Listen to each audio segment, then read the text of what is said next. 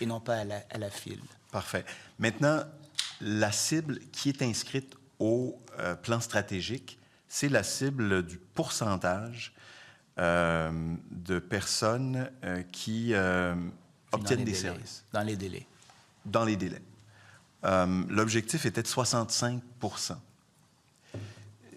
Ça n'est pas indiqué dans les tableaux de bord l'évolution de la situation. Est-ce que vous pouvez nous expliquer, une bonne fois pour toutes, quel est le corpus à partir duquel on va extraire un 65 % ou un 60 %?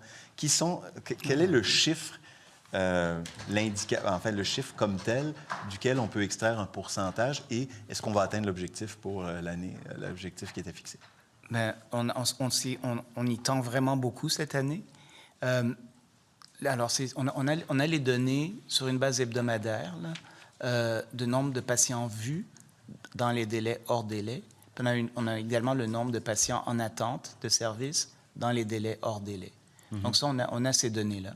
Puis d'ailleurs, on est en train de réviser le tableau de bord là, actuellement. On n'a pas encore les données 25-26, mais je pense qu'on peut leur demander de nous donner l'information. Pour 25-26, vous voulez dire? Pour le début de l'année. Le début de l'année. Depuis avril, là, on n'a pas de nouvelles sorties. Mais l'objectif pour la fin mars, donc pour le 1er avril ou pour la fin mars, c'est 65 %.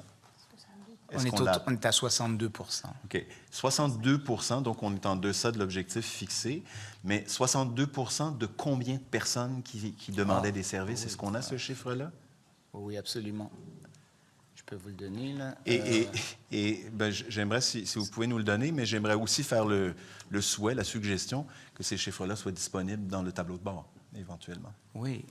Alors, on a vu 80 000 personnes en santé mentale au Québec. Si on inclut les services sociaux généraux, là, incluant le 811, là, on parle de plus de 700 000 personnes qui ont eu accès à des services. C'est vraiment, comme l'explosion de la demande a été très, très importante. Mais en santé mentale, première ligne, il y a eu 80 000 personnes qui ont été vues dans la dernière année. D'accord. Est-ce que ma suggestion reçoit une écoute et une réception favorable? Est-ce que vous vous engagez en quelque sorte à modifier les indicateurs pour qu'on puisse suivre justement l'évolution du pourcentage des personnes qui sont traitées dans les délais? On a des indicateurs stratégiques, mais je pense que pour le tableau de bord, on peut regarder ce qui peut être fait, là. D'accord, je vous en remercie. L'année passée, vous aviez parlé, je vais accélérer un petit peu, mais merci pour les informations. Vous aviez parlé du travail sur un projet pilote en cours en Montérégie, sur des démarches faites auprès de la CNESST pour justement sensibiliser les gens aux services de première ligne. Vous aviez vanté le service 811 Info Social et dit qu'essentiellement, vous travaillez sur une espèce de mécanisme d'accès en santé mentale qui nous permettrait d'améliorer les choses. Où en est-on là, sur la question d'espèce de guichet? C'est comme ça que vous l'aviez présenté, mécanisme d'accès au guichet. Ça. Donc, avec ma collègue adjointe parlementaire, députée de Marie-Victorin, on est à peu près à 7 CLSC qui offrent les services qu'on appelle CLSC santé mentale. Parce que, oui, il y a le 811 Info Social, mais comme j'avais mentionné, il y a des gens qui demandent d'être vus en personne par l'accès psychosocial et d'être référés rapidement au mécanisme d'accès. Donc, dans chacune de ces régions-là, on est en train d'identifier les CLSC qui offrent les services, puis on continue vers le déploiement national chaque région devrait au moins avoir un CLSC pour éviter aux gens d'avoir à aller à l'urgence et d'attendre des heures et des heures pour des problèmes de santé mentale qui peuvent être pris en charge entièrement par le CLSC. Puis ma collègue de Marie-Victorin, ce qu'elle nous a permis de faire avec son expérience comme infirmière clinicienne, c'est d'attacher les services de santé physique également. Donc la personne qui va au CLSC peut non seulement avoir accès aux services psychosociaux, mais également aux services en santé physique. Vous avez parlé tout à l'heure des psychologues que vous vouliez inclure là, dans la boucle. L'année dernière, on s'était posé la question de savoir si les psychologues continuaient de quitter le réseau public. Vous nous aviez dit avoir besoin de 2340 psychologues dans le réseau, puis que vous aviez mis en place des mesures, notamment là, de recrutement auprès des jeunes qui sont aux études. Où en est-on aujourd'hui? Quels sont les chiffres à savoir si on a pu atteindre l'objectif ou si on s'en rapproche? Parce qu'on nous disait l'an dernier qu'il y avait 2261 psychologues dans le réseau. L'objectif à atteindre était de 2340. Bien, le manque à gagner a diminué cette année. On est en train de vous chercher les chiffres. Et notre prédiction d'équilibre et même de surplus là, demeure selon les recrutements qu'on a vus dans le réseau dans la dernière année. Vous allez nous donner les chiffres là, incessamment? Je les ai vus passer. Là, mais parce que de la même façon, par ce serait bien de savoir quelle est la proportion des psychologues au Québec là, sur les quelques 7000 psychologues ou à peu près. Là, quel est le pourcentage de ceux qui sont membres de l'Ordre et qui sont dans le réseau de la santé? Est-ce que ça évolue positivement pour le réseau public de santé? On demeure autour du tiers là, qui sont dans le réseau de la santé. Ça n'a pas beaucoup changé. Là. Quand on parle de recrutement, c'est plus une centaine, là, même gros maximum. Là. Je vais vous donner les chiffres exactement.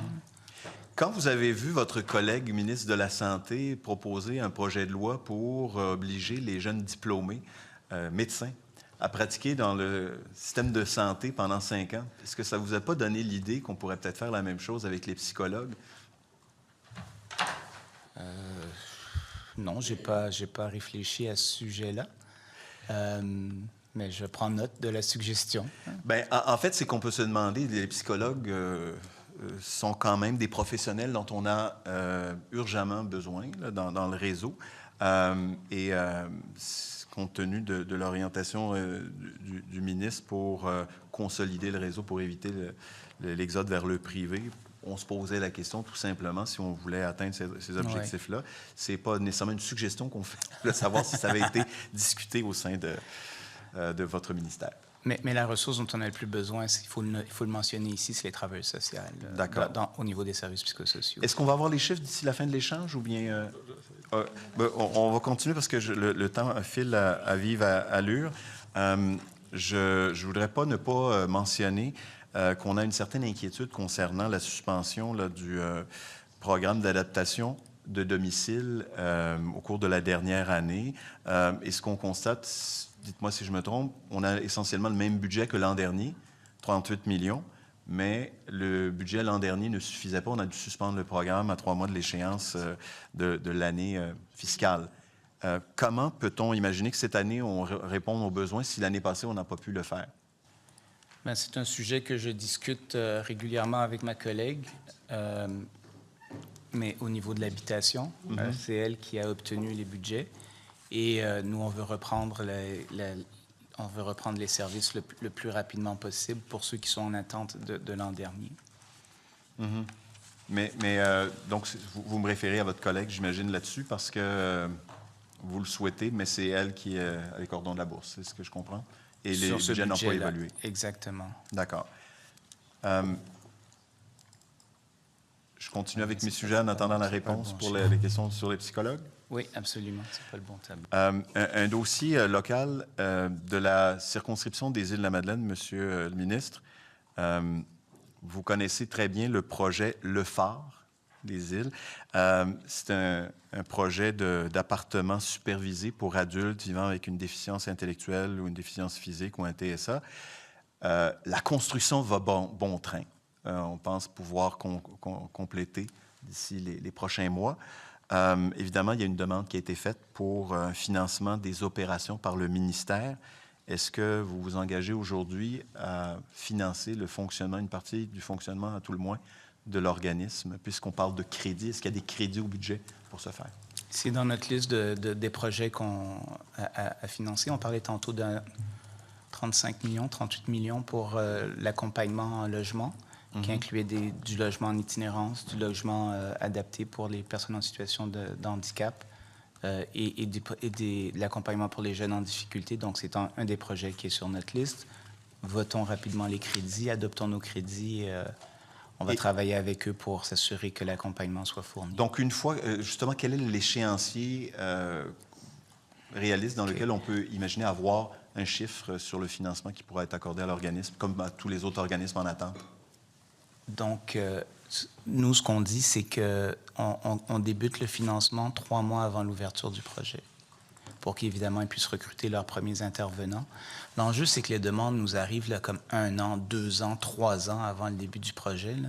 Ça, c'est impossible d'assurer le financement à ce moment-là. Nous, on demande de faire les attaches avec l'établissement et ensuite, quand c'est dans nos prévisions, on fournit le financement 3 mois avant l'épisode. D'accord. Est-ce qu'on a les chiffres? Oui. Alors, j'ai peut-être un peu exagéré, là, mais au cours de la dernière année, nous avons recruté 156 psychologues, 165 départs. Donc, on est un peu diminué. Donc, on a diminué. Mais nos cibles de recrutement sont toujours les mêmes, là, qu'on devrait arriver à un équilibre. Pour quand? 26-27. Donc, malgré le recul de cette année, on garde l'objectif d'arriver au 2300. Absolument. Absolument, puisque les cohortes, incluant ceux qui ont pris le programme de psychothérapie, ont augmenté. Les cohortes d'étudiants? D'étudiants, oui. D'accord.